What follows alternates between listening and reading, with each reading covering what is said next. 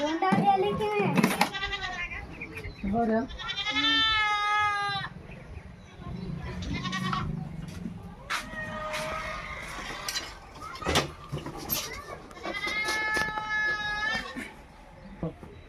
zero म्हणजे हा zero म्हणजे काय किया म्हणा